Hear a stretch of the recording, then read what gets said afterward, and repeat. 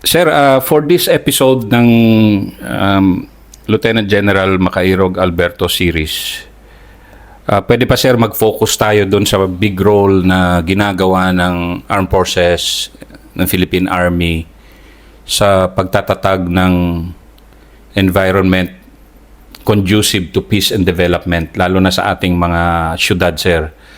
And pwede ba mag-zero in tayo, sir, sa Zamboanga Siege because you were the G2 of the Philippine Army at that time and you played a key role doon sa 20-day siege na yon, na without the victory of the armed forces, yung economically vibrant na syudad katulad ng Zamboanga would have been ruined like Marawi. So sir, pwede ba sir kwento nyo lang why the Zamboanga siege happened and what was your role in it? Okay, so Zamboanga City is isa yan sa mga pinaka-importanting syudad sa Mindanao. Kumbaga, isa yan yung umaangat talaga kumpara mo sa ibang area ng Mindanao. Siguro aside from Davao and Cagayan de Oro. Zamboanga City naman sa western side ng Mindanao, ito yung pinaka-primary na city. Very progressive na siya. Siya yung economic hub. Kumbaga, yun talaga ng ekonomiya. So, sa para umundad ang isang syudad, dapat magkaroon talaga ng katahimikan na malaya makakapagnegosyo ang mga businessmen, makakapag-invest sila. Pero during that time nga nangyari yung Zamboanga Siege in 2013. So itong insidente na to, malaki ang naging epekto sa city ng Zamboanga. Pero dahil din sa role ng Armed Forces na within 20 days natapos yung kaguluhan doon at patuloy na umangat yung Zamboanga. Dahil nagkaroon na siya ng peace. Yun ang pa-importanting role ng military o ng Armed Forces. Magdala ng katahimikan sa lugar. Sir, yung Zamboanga Siege, na-foresee naman natin yun, sir, di ba? Alam naman natin na may maaring mangyaring ganong kalaki, sir, di ba? O hindi tayo na-surprise, sir, di ba, sa Zamboanga Siege? Meron ng report doon. Meron ng report doon sa Area Command, yung Western Mindanao Command during that time. Meron na si report kumpleto. Sila, alam nila na merong mga movement. Kaya lang, yung response nila, siguro, hindi ganun kalaki. Kasi yung doon sa area kung naglanding yung breakaway ng MNLF, naglagay sila ng mga tropa doon, Marines. I think, during the time, ang pagkakalap ko, isang section. Which, sa dami ng kalaban na dumating, na-overwhelm yung one section ng Marines. So, siguro, may report, yung anticipation nila o yung action nila, siguro, hindi nila na ganun kalaki yung papasok na grupo. And during that time, I was with the headquarters Philippine Army. I was the G2. Pero ang role naman ng G2 is more on support lang, no? Kumbaga, hindi kami sa operational level, hindi kami sa operations. Kami yung support. But when we visited yung headquarters ng Western Mindanao Command and Joint Task Force noon, under Colonel Pamonag noon, bisita namin. Nakita ko yung need ng merong isang na intel officer sa ground. So kasi may kanya-kanya, merong MiG, merong ISU, merong Air Force Intel, merong Naval Intel, kanya-kanya. So wala nag-consolidate sa operations. Kasi yung sa area command naman, buong area ng Western Mindanao yung kanyang focus. Pero mismo doon sa ground na senior, so ako na yung naging parang pinaka-senior doon nung pumutok yon. So nagpaalam ako sa commanding general and nag-report ako doon sa Joint Task Force Commander. And then binuo namin yung intelligence operation doon para masuportahan yung tropa. Sir, para sa public na who are not really in the know kung ano ibig sabihin ng intelligence, and dahil napaka-secretive world nga nito, sir, in layman's terms, sir, pwede ba nating i-explain kung ano, sir, ang importance ng intelligence, or ano ba yung intelligence, especially sa ganyan na major operation, sir, na alam mong kung wala kang intelligence, sir, talagang... So, intelligence is the heart of operation, sinasabi. So, ang operation mo, base sa intelligence. So, doon ka magagawa ng plano mo, ng action mo, base sa intelligence. So, kung wala kang magandang intelligence, wala kang magiging magandang result ng operation. Kasi information yan eh. Information na ang intelligence is dumaan yan sa cycle. So, may collection, tapos merong i-analyze mo yan, integrate, i-assess mo yung information, and then you disseminate, and then you start again, na cycle. Start again. So, magko-collect ka na naman. Magpaplano ka, magko-collect ka. So, yun yung importansya ng intelligence. So, kasama siya para magkaroon ka ng magandang operation, kailangan maganda yung intelligence mo. So, kung di maganda yung collection mo, yung planning mo, yung dissemination mo, katulad yan, merong information, pero hindi mo na-disseminate ng maayos, hindi na-appreciate ng ground commander doon. So, yung magiging action niya is hindi tatama doon sa threat na nangyari. So, nung nangyari na ngayon, sa Zamboanga Siege, so, punta ako doon sa Joint Task Force doon and we assisted yung operation na yun. Pinatawag ko yung mga MIG commander, yung sa Army Intelligence, Airport Intelligence. So, naging buo. Naging buo kami ron. And during that time, we were so reliant. Umaasa tayo sa intelligence ng Amerikano because they have the technology. So, merong presence nun yung Amerikano because during that time, meron pang ongoing operations na against terrorism. So, meron silang presence doon. They provide imagery intelligence, technical intelligence. Pero, ang problema is delayed. So, yun yung process nila eh. Yung Amerikano, if they have the information already, meron na silang informasyon, papaalam pa nila yon sa commander nila sa Hawaii. Hawaii, papaalam sa Washington, D.C. So, by the time na dumating sa atin yung kanilang intelligence, 1 day or 2 days delayed. Kailangan paalam nila.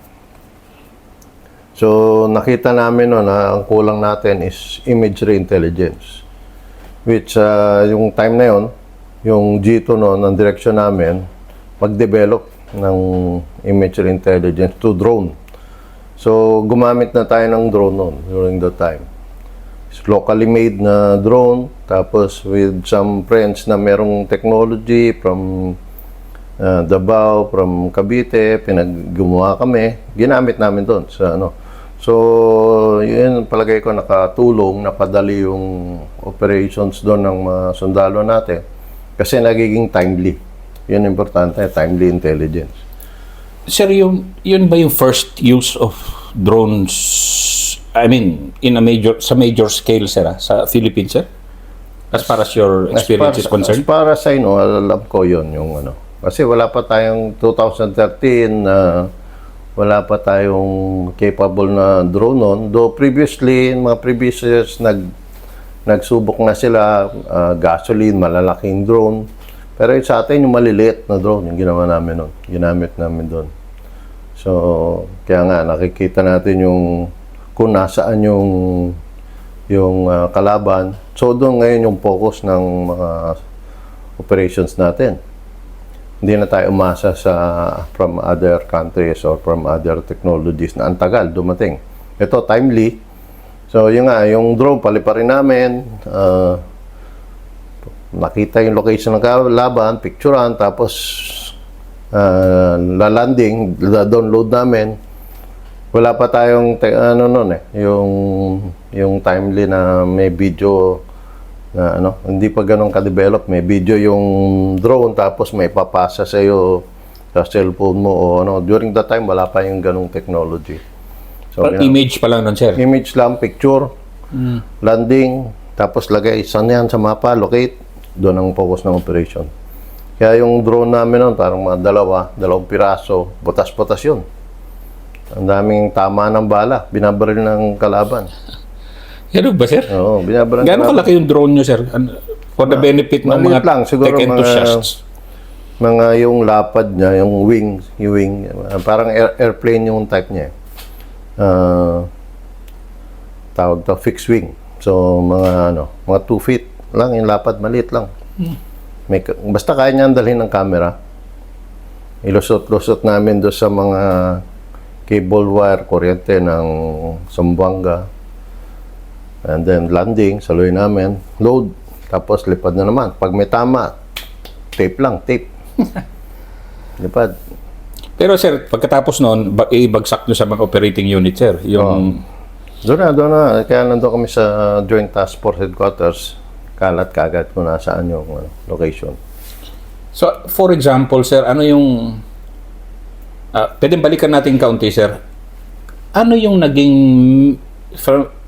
motivation why they launched the Zamboanga Seed, sir, ng MN? Political. It's a political, political problem na during that time, yung leadership ng MNLF, para may political threat. Ang alam ko hindi ko na may gustong pailan ng kaso, mga ganun. Mayroong iniimbestigahan because yung ano nangyari noon after nagkaroon tayo ng peace agreement with the MNLF. Nagkaroon ng malaking suporta ng yung government, suportahan yung Island of Hulu and others, pero saan napunta yung support na binigay? May mga ganong mga question na so parang nagkaroon ng pag-aaway o di pagkaintindihan yung gobyerno at yung grupo ng MNLF.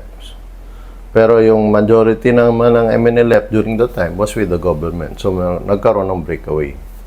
Yun. Yun din yung breakaway na naabutan namin nung nasa Sulu kami noong 2005. Yung encounter dun sa previous episode nyo, Yun sir. na rin yun. Yun yung breakaway na yun. Tapos hindi ko na alam ko ng aksyon ng military nung wala na ako doon. Pero yun, lumaki yung grupo na yun. And then dahil nagkaroon nga ng parang hindi pagkakaintindihan yung isang faction ng MNLF tsaka ng gobyerno, and then they decided to conduct operations, terrorism actually. It's terrorism. And then ang naging target is Zamboanga. Why Zamboanga? Kasi siya yan yung pinaka-key city sa Western Mindanao. So, terrorist group coming from Basilan, from Sulu, and other parts of Zamboanga, nag-converge doon sa Zamboanga. Bakit, sir, sa military napaka-delicate i-handle yung terrorism, especially in the cities? Of course naman, sir, lahat naman ng terroristic activities talagang napaka-delikado i-handle, sir. Pero especially doon sa Zamboanga, sir. Di ba, sir, yung Sulu nyo, gera-gera sa bundok Medyo fights lang yun, bagbagan doon. Pero ito, sir, bakit nung as G2, pagdating nyo doon, alam nyo, sir, na gaano ka-delicate yung situation na kung hindi ma-handle ng tamang intelligence, maaring... Of course, hindi pa nangyari Marawi noon, sir. Wala pang president yun. Pero alam nyo, sir, na kung ma-mishandle ng intelligence yun, o operating troops, alam nyo, malaking negative effect nun, sir, di ba? Oo, kasi katulad yan, Zamboanga Siege, nangyari yun sa isang subdivision area sa Zamboanga. Maraming bahayan, maraming civilian. And usually, ang operation naman sa bundok, doon talaga, ang mga kalaban mo talaga, yung terrorist lang, yung kung ano yung grupo na nandun. Walang bihira yung mahalo sa civilian. No? So, ito, napakahirap dahil merong mga civilian, may hostages. So, hindi lang to combat operation raid or ambush or destroy the enemy. You also have to rescue the civilian hostages. And then, yung collateral damage, yung lalo na yung mga bahay, building doon, hindi mo pwedeng bombahin na sirain. You, as much as possible na i-minimize yung casualty or yung collateral damage. Yun yung naging buti nga na-contain yun eh. Yung maliit lang yung lugar ng Zamboanga Siege. Paano, Gito kayo nun, sir, pero alam nyo naman yung kabuuan ng strategic and operational. Kasi sa atin, sir, kasi sa military, di ba, may tactical, may operational, may strategic. And marami na akong kwento, mga war stories, puro tactical, sir. Pero yung operational, strategic, mangilan-ngilan pa lang kayo, sir. Pero operational, from the operational perspective, sir, paano nyo na-contain na ilang barangay lang, sir, yung Zamboanga Siege when it could have spilled over like what happened to Marawi? Una, yung ano ko rin doon, yung Western Mindanao Command, yung kanilang, nung nakita nila nakapasok na, so nandun na yung response nila. Tumama yung response nila ng 1st Division and other units, yung Special Operations Command, yung Ranger, yung Light Reaction Regiment, including yung Special Forces. Naging tama yung yung response nila sa threat. And then yung cooperation din ng mga city leadership. Sir, interested ako sa kasi may mga anak ako na mahilig sa games and mahilig sa ganyan ng mga intelligence operations. Ano, sir, pwede ba sir magkwento kayo about paano nyo nagamit na maximize yung drone and na-translate into battlefield success and operations? So during that time, naalala nung last few days nung Zamboanga Siege. So umunti na yung presence ng kalaban doon. Tapos yung mga tropa natin lumalapit na malapit. So, yung ginagalawan na lang ng kalaban, maliit na area na lang. Pero dahil bahayan nga, dahil hindi mo makikita, kasi marami tayong casualty no actually, na papasok sa bahay, mag-CQB, yung close quarter battle, tapos pagpasok mo sa kwarto, wala pala yung kalaban doon. May butas sa pader, tapos nandun sa kabilang room, pag dumaan ka ron, tatamaan ka.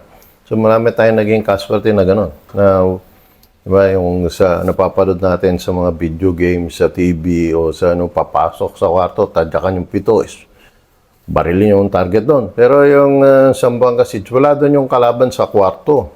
Nandun siya sa kabilang kwarto o nandun siya sa merong parang may tunnel na may nakatago. So pagpasok mo ngayon, may butas doon, dadaan ka, babariling ka. Kasi wala siya ron sa room. So, ang hirap na hanapin yung kalaban noon during the time. Dahil, una, uminti na yung kalaban. And then, built-up area. Isang pinakamahirap na labanan talaga yung built-up area. Na, palagay ko, na dapat nung nangyari yun sa Zamboanga Siege, we should have trained more on fighting in built-up area. Yung paglaban sa built-up area. So, ang hirap hanapin yung kalaban, wala na sila sa bahayan, nagtatago na sa kanal. So, doon natin nagamit yung mga drone. Nagamit yung paliparin mo yung drone. Una, paliparin mo yung drone Pag may pumutok, yun yung location ng kalaban. So, doon mo papupuntahin ngayon yung kung saan galing yung putok. So, doon mo nun puntahan. So, makita mo ron. Yun, during that time, picture-picture pa lang nga yung technology namin nun. So, nakita namin, nandun yung location ng kalaban. Hanggang may print mo, may mapalaki mo, makita mo kung sino-sino yung mga nandun na commander.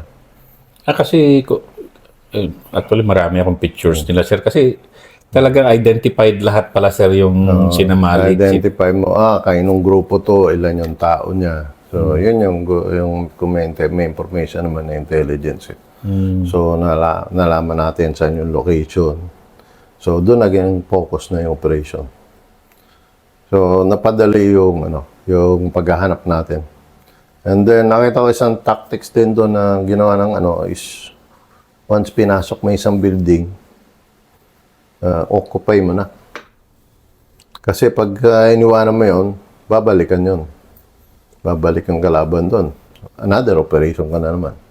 So, yun yung ginawa natin doon, unti-unti, hanggang lumiit yung operational area. Pero ngayon pa rin nga, yung isang, doon na hindi mo pwedeng baksakan ng bomba o is yung presence ng hostages. Kasi you're one of the founders, sir, ng LRC, which is now the Light Reaction Regiment. Actually, hindi man ako founder, pero I was there nung sinimulan yan. Founding team, sir. Sorry. Founding team ni Under John Santiago, tapos kami yung mga G-Staff.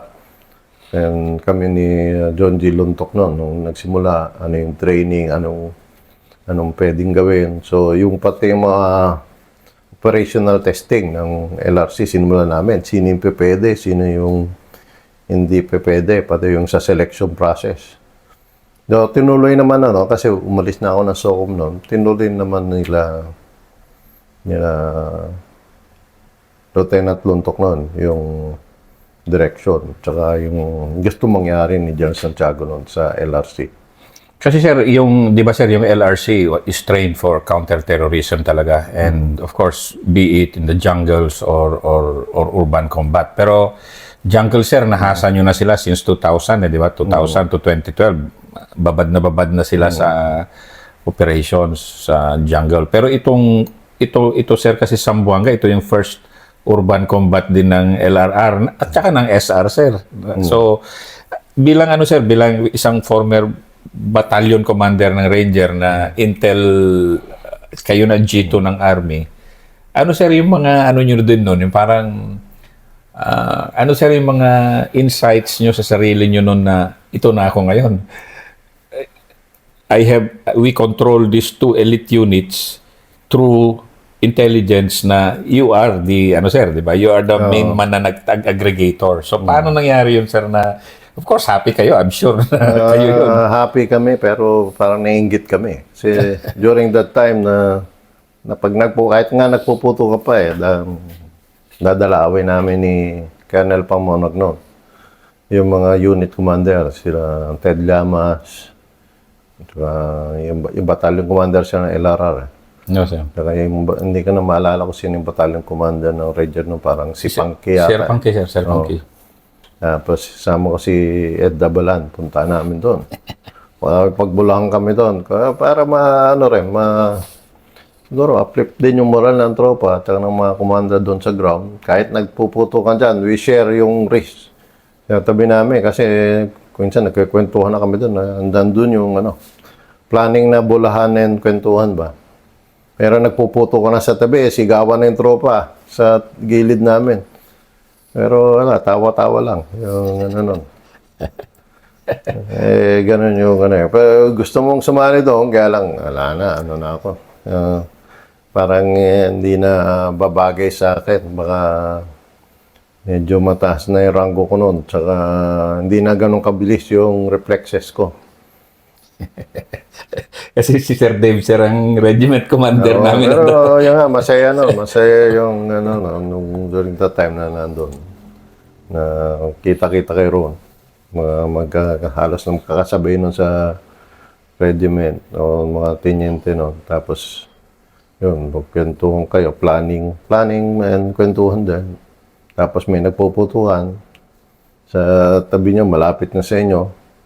Medyo pa yuko-yuko ka lang ng konti dahil Hindi mo alam kung saan minsan ang direksyon ng bala eh. Pero okay din. Okay yung high moral din yung mga tropa noon. Kasi nakita nila yung commander nila noon. And other high-ranking officers nandun. Sinamahan sila. So, yun yung nakita ko na wala sa ibang unit or hindi lumaki sa ganong unit na yung even high-ranking na nandun pa rin. Kasi alam niya yung pinagdadaanan ng mga sundalo natin, mga tropa, junior officer na alam nila delikado, mahirap. Pero andun pa rin yung gusto nilang lumaban, gusto nilang sumali. Marami tayong mga retired na mga sundalo na gano'n, na retired na pero gusto pa rin sumali doon sa nangyari sa Marawi, sa Zamboanga. Sinaboboards. Oo, kasi andun yung pagmamahal nila sa tsaka andun yung gusto nila makatulong. Oh, sir. Tawa ako kay boards eh. Sir, volunteer kami. Kahit kami marahil lang yan. Tagal ko, ilang taong ka na retired eh. Get nyo sir yung yung G2 na kayo, taas-taas nyo na doon eh. Gaano ka-importante sir sa yung sharing the risks sa bilang na kayo full colonel na kayo nun sa mga tenyente and even yung mga NCO sir na nasa field na yung nga sir, bala to whom it may concern naman, di naman mamimili yan kung 2-star o 1-star o colonel yan o sir How important is it sir na yung ganun na battlefield leadership? Napaka-importante yun na sa mga sundalo natin. May nangyari sa akin incident niya, brigade commander ako. So, sa Compostela Valley. Sa Davao de Oro ngayon. So, meron nag-operate yung ranger noon, nagkaroon ng casualty. IED. Ang hirap nung nung IED to whom it may concern din yun So, pag pumasok sa loob talaga yun, yung area na yun, ang hirap talaga dahil puro IED, hindi mo nahirapan yung mga tropa noon na gumalaw. So, pinasok namin, sumama ako doon sa loob para ma-rescue yung mga wounded. Mailabas natin yung wounded. Sama ako doon. Kasi nung sinabihan ko yung isang commander noon ng infantry, rescue mo. Parang nakita ko yung hesitation. Tapos, during that time, yung battalion commander din noon ng ranger, wala nasa conference. So, ako na yung nag-assume doon, sige, pasukin natin, dali natin. Ang doon, yung mga tropa, yung mga opisyal natin, tabang sundalo, kahit wounded na, sumasaludo pa siya. Nasa stretcher na, hinihila na, sumasaludo pa siya. So, ng pakiramdam, nakakasaya. Pero kita mo yung tapang ng mga sundalo natin. Kaya siguro nakapagpalakas din ang loob nila ng mga sundalo na hindi sila iwanan, hindi sila pabayaan. Hanggang dinala namin sa hospital. Pinadala ko sila sa Davao City Hospital kasi hindi lang doon sa regional. Kasi mas maganda yung hospital doon sa Davao City. Doon ko pinadala yung mga wounded na yun. Kaya nakita ko na from encounter site, na-pick up sila, tapos hanggang napadala ko sila doon sa na siguro yung pakiramdam ng mga sundalo natin from private at mga junior officer na pag may nangyari, yung commander nila hindi sila pababayaan. So, gagawin nila yung mission nila. That we're proud na yun ang brand of leadership talaga ng Philippine Army as a whole, especially sa elite units. Balik tayo ng Zamboanga Sid, sir. Ano yung mga hindi nyo makalimutan na scenes doon, sir? Kasi parang binabalikan ko nga yung pictures ko minsan. Talagang devastation talaga sila nangyari ng... Devastation, yung mga bahay doon. Kasi no choice na Kung doon nagtatago sa bahay yung terorista, no choice ka. No? Okay lang kung walang hostage, kung kalaban lang talaga. Kaya madadamage talaga yung mga bahay at ibang buildings doon. Pero yun nga, yung ron is naawa kami doon sa mga stages na ano, may mga nangyayari sa kanila na talagang hindi maganda. So, in-identify namin yon yung mga na kung sino yung mga gumawa nun. Tapos, actually, kinasuhan sila eh. Pero ewan ko bakit ano nangyari nung during that time. Bakit pinakawalan din. Pinakawalan din yung mga yun eh. After, kasi yung parang ano ba, yung nandun na sa battle area, nahuli mo na, tapos kailangan pa ng proof na terrorista yun. May baril na, may ano na, kailangan pa ng ano, na kailangan evidence na ordinary crime na nandyan sa syudad o sa ano na ordinary crime or kahit murder sabihin mo. Pero ito ano 'to eh. Malaking area to na merong ano eh, terror threat eh. So kung sino mo huli mo ron, may baril, may armas. Kahit sabihin mo ano pa yan, kahit i-deny pa niya, eh nandun eh. Nakita namin yung mga gamit na sibilyan nandun sa kanya. Yung meron siyang baril, may mga nangyari doon na ano, na hindi ko may describe because yung sensitivity na kasi may mga nangyari nga sa mga civil hostages na masama. And we have to rescue them. And then, nung ma-rescue, instead na yung ating government that time nakakasuhan o ano, parang naging ano pa noon eh. Parang hindi pa naghahanap sila ng evidence sa common area na hindi appropriate doon kasi battle site yun eh. Ano pa bang evidence ang kailangan mo? So, Pero we are constrained kuminsan, sir, sa ganon na mga... Yun yung constraint doon. Yun yung constraint. Yung constraint doon.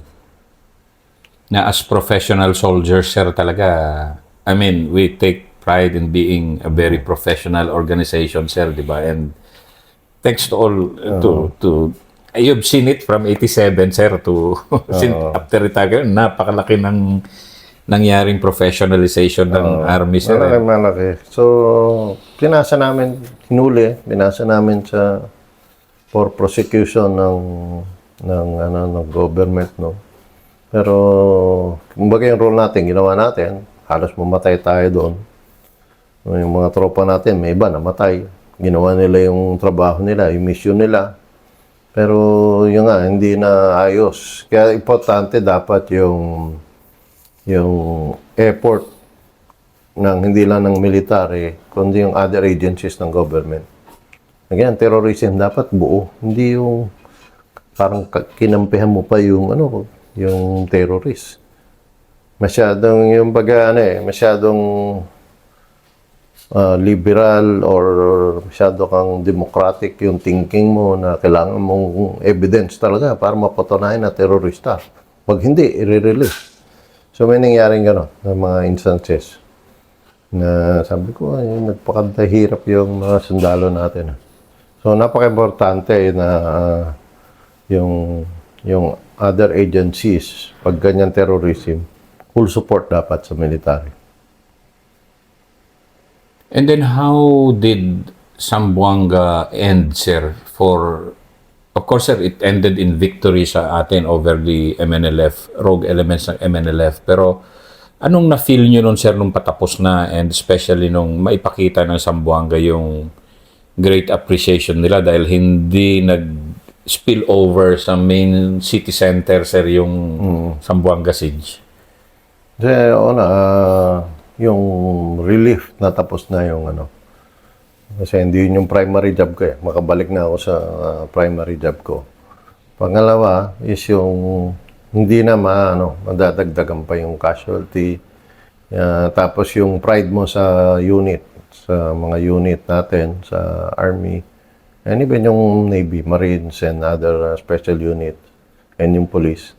Yung pride natin na nagawa nila yung trabaho nila, na-accomplish nila yung mandato nila na masugpo yung terrorism sa Zamboanga. And very proud din yung yung ating presidente noon during the time, si Pinoy. So, kaya yung LRR from batalyon naging regiment. Kaya lumaki yun dahil sabi nila, kailangan natin ng ganong unit. And with Zamboanga Sid, sir, na having been the main intel person doon, yung mga baon-baon nyo na lesson on protecting a city, sir. Di ba, sir, nanggaling na rin kayo noon ng, ng other cities, Sulu, Davao, Kumbal.